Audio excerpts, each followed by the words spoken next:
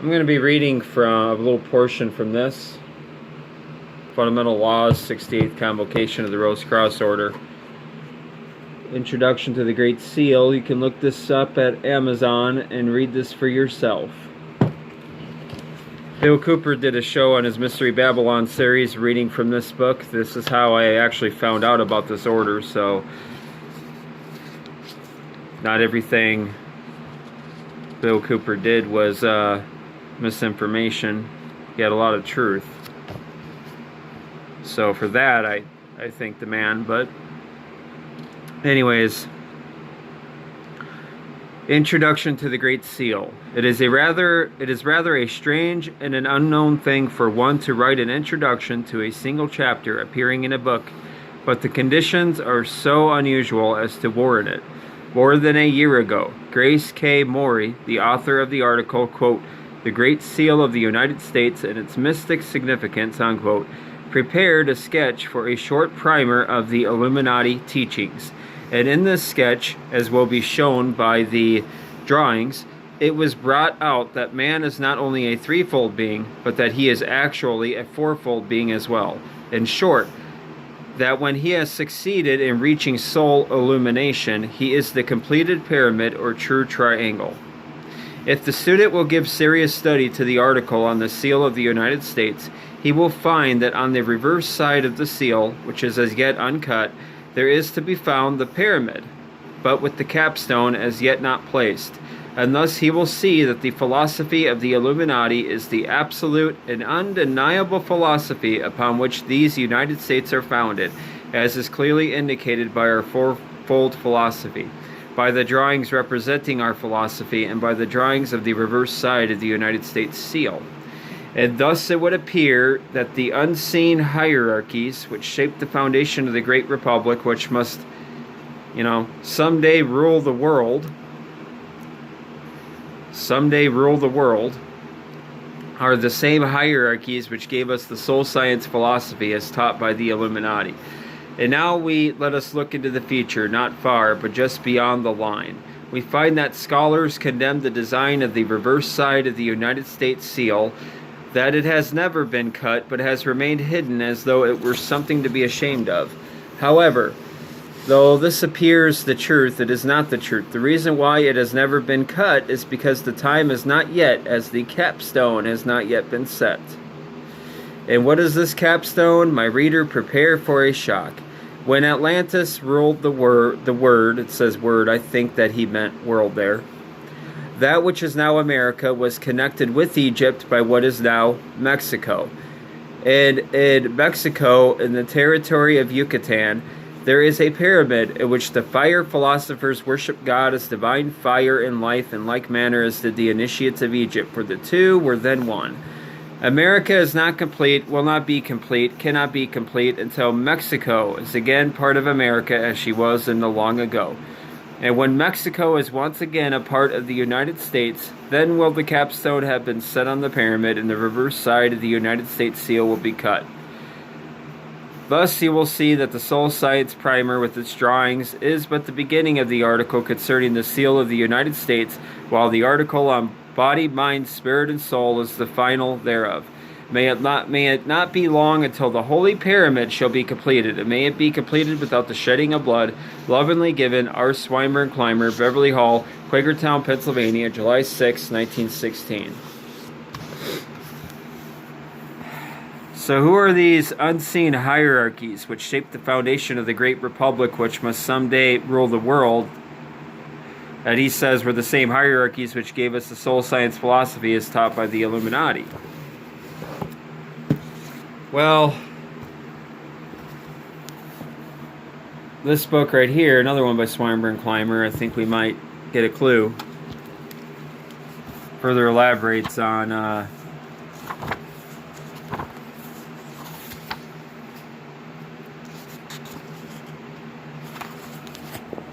I have it written down somewhere anyways. Dang it.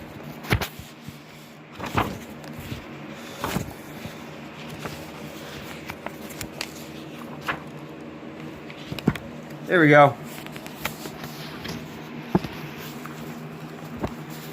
This is page 249, Compendium of Occult Law by Swimer and Clymer, the Great Brotherhood. That's what I'll be reading from.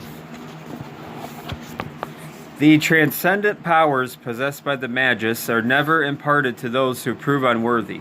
The initiatory schools teach as a fundamental that the soul of man passes through many phases of existence, and in every successive stage may be improved and refined. At death, or shortly after, the soul takes possession of a new earthly tenement, is reincarnated in the body of an infant, whose opportune arrival is instantly taken advantage of, for the purpose and the person, former soul, at once enters upon another earthly pilgrimage. Should it happen that a soul is not wanting to reincarnate when a child is born, it will be an idiot, during which new trials are presented and new opportunities afforded for improvement. Under proper culture and direction, great strides may be made in one lifetime, but it may take several incarnations, or in other words, several different life experiences to work out a moral taint.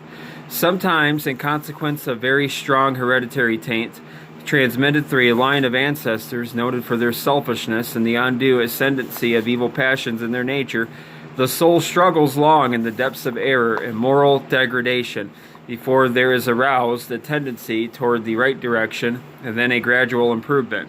And unless overcome and set back by some great temptation or a train of evils too strong to be successfully opposed, the soul is destined to become in time thoroughly cleansed from the moral defects of the spiritual nature and becomes worthy of fellowship with the hierarchy of the true and good, who by the grace of God are in charge of the invisible brotherhood.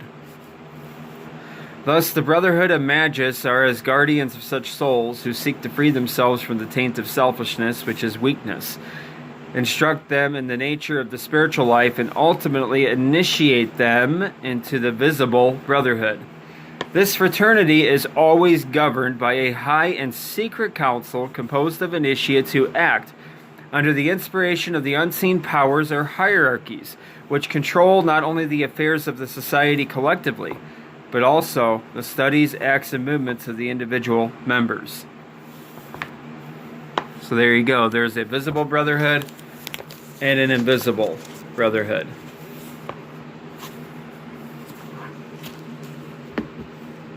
The unseen hierarchies he's talking about here then, as it would just make sense considering what we just read. The inner invisible brotherhood, the ones you don't see. The ones the lower level initiates don't see, don't know. That is who he is talking about. He's admitting through their symbolic mumbo jumbo that there's an invisible brotherhood that'll someday rule the world.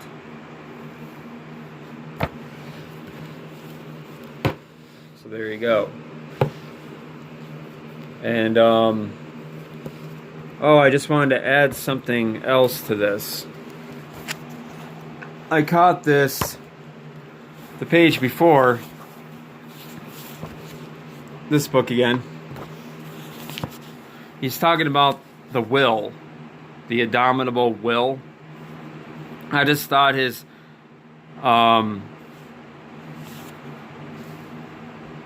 I thought that what he said here at the bottom was very, very interesting. It's kind of a giveaway on what they truly believe. Anyways, the indomitable will, is what he's talking about. It is the power which lifts man to the throne of God and makes him as one of the gods. I'll repeat that again. It, meaning the indomitable will, is the power which lifts man to the throne of God and makes him as one of the gods.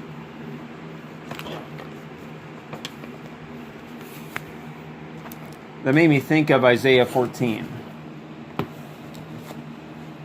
A lot of people attribute this to Satan. Lucifer, of course. I think that it's talking about King of Babylon. But whatever you think of it, it is quite interesting what the text here says. Whether you think it's the king or Satan himself, whatever. starting at verse 12 of Isaiah 14. How you are fallen from heaven, O Lucifer, son of the morning! How you are cut down to the ground, you who weaken the nations! For you have said in your heart, I will ascend into heaven, I will exalt my throne above the stars of God. I will also sit on the mount of the congregation on the farthest sides of the north. I will ascend above the heights of the clouds. I will be like the Most High. Let's read that again. The indomitable will is the power which lifts man to the throne of God and makes him as one of the gods.